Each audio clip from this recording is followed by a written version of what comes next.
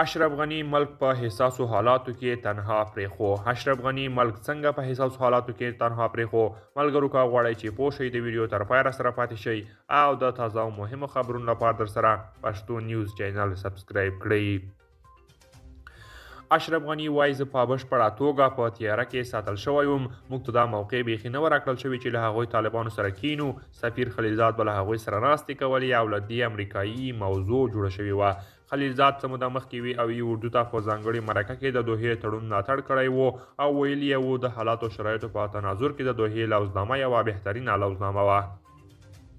خلیلزاد هم له افغانستانه د اشرف غني پر وتلو نیوکې کړې وې او ویلي یې وو چې که هغه په هیواد کې پاتې شوی وای نو د افغانانو ترمنځ به د یوې لوزنامې لپاره یوه ښه چانس موجود وای.